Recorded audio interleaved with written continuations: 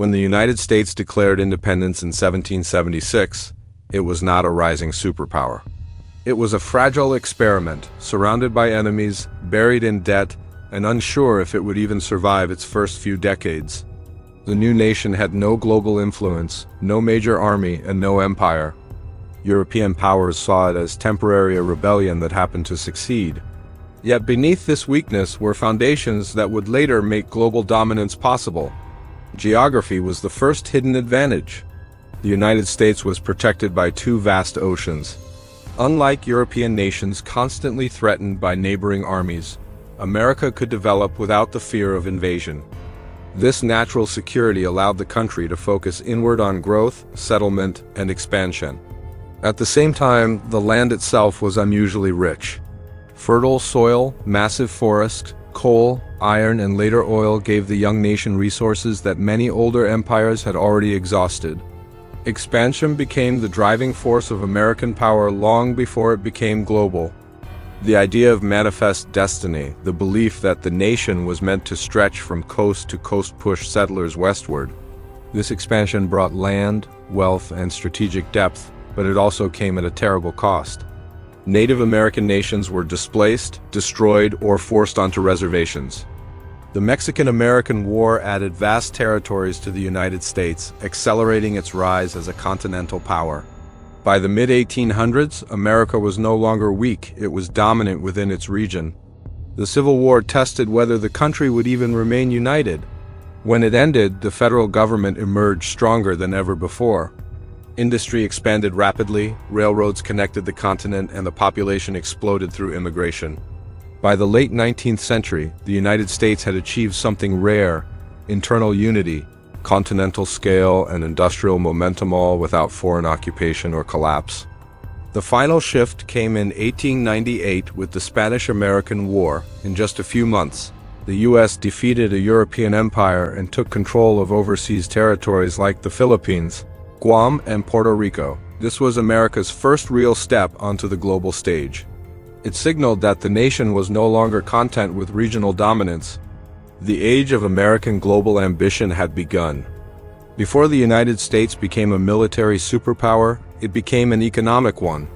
Between 1890 and the outbreak of World War I, American industry exploded at a pace the world had never seen. Factories multiplied, cities expanded, and production soared. Steel, oil, electricity, railroads, and manufacturing turned the U.S. into the largest economy on Earth. This economic rise was driven by scale. America had land, labor, capital, and resources all within one political system. While European powers depended on colonies overseas, the U.S. had its own internal empire of raw materials. Industrial giants like Rockefeller, Carnegie, and Morgan built corporations that controlled entire sectors of the economy. Their power extended beyond business; it shaped politics, labor, and foreign policy. Economic strength began to translate into global influence. American goods flooded international markets. U.S. banks financed projects abroad. The dollar gained importance. Trade routes expanded across the Pacific and Atlantic. This was not yet a military empire, but it was an economic one, quiet, powerful, and expanding. The Spanish-American War confirmed what industry had made possible. The U.S. Navy, fueled by steel and oil, proved capable of operating overseas. America now had bases beyond its borders, especially in the Pacific. This mattered enormously. Control of sea lanes meant control of trade, and control of trade meant leverage. By 1914, the United States was no longer a secondary power watching world events from afar. It was a giant waiting to step fully into global affairs. When Europe descended into war, America's moment arrived. World War I changed everything. The United States entered the conflict late, but it emerged transformed. While European nations bled themselves dry, America supplied weapons, food, and loans. When the war ended, the U.S. was no longer a debtor, it was the world's largest creditor. Financial power had shifted across the Atlantic. But it was World War II that truly created the American superpower. The war destroyed Europe and Asia on an unimaginable scale. Cities were flattened, industries ruined, and populations traumatized. The United States, protected by oceans, emerged almost untouched at home. Its factories produced weapons for the world. Its economy grew stronger with every year of conflict. The atomic bomb sealed America's dominance. It was not just a weapon, it was a message. The US now possessed power beyond any rival. When the war ended in 1945, America controlled nearly half of global economic output. No empire in history had ever held such a position. Just as important, the US learned that isolation was no longer possible. Power now required leadership, systems, and permanent global presence. Instead of ruling through colonies, the United States built systems. The United Nations, the World Bank, the IMF, and NATO were created under American leadership. These institutions shaped global finance, security, and diplomacy. The US dollar became the world's reserve currency, giving Washington unmatched economic leverage. Military bases spread across Europe, Asia, and the Middle East. Officially, they provided security. Unofficially, they ensured influence.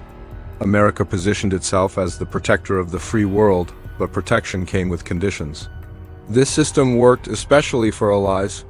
Trade flourished, economies rebuilt, and stability returned. But others saw something different, a world shaped to benefit one nation above all others. The Cold War turned the world into a chessboard. The US and the Soviet Union fought indirectly through proxy wars, coups, and influence campaigns. Vietnam, Korea, Latin America, Africa, and the Middle East all felt the consequences. American power became personal in these regions. Bombs fell, governments collapsed. Sanctions hurt civilians. For many, the US was no longer an abstract leader. It was an active force shaping their daily lives. Resentment grew. Even when intentions were framed as security or freedom, outcomes often felt like domination. When the Soviet Union collapsed, the United States stood alone. For the first time in modern history, one nation had no equal rival. NATO expanded. Global trade rules favored US interests, military interventions increased. Some countries welcomed this order, others felt trapped within it. Power without balance created fear. The attacks of September 11th were not just acts of terror, they were symbolic strikes against American dominance. The response reshaped global politics. Wars in Afghanistan and Iraq expanded US military presence but also intensified global anger. Security increased at home, but instability spread abroad. The image of America shifted again from protector to occupier in the eyes of many. Today, the US remains the most powerful nation on earth, but its power is constantly challenged. China competes economically, Russia challenges militarily. Others resist through cyber war, alliances, and proxy conflicts. The reason is simple: American power shapes the world. And when one nation shapes the system, others either benefit or push back. This is the price of global dominance. Power creates influence, wealth, and security, but it also creates fear, resentment, and resistance. And history shows that no superpower remains unchallenged forever.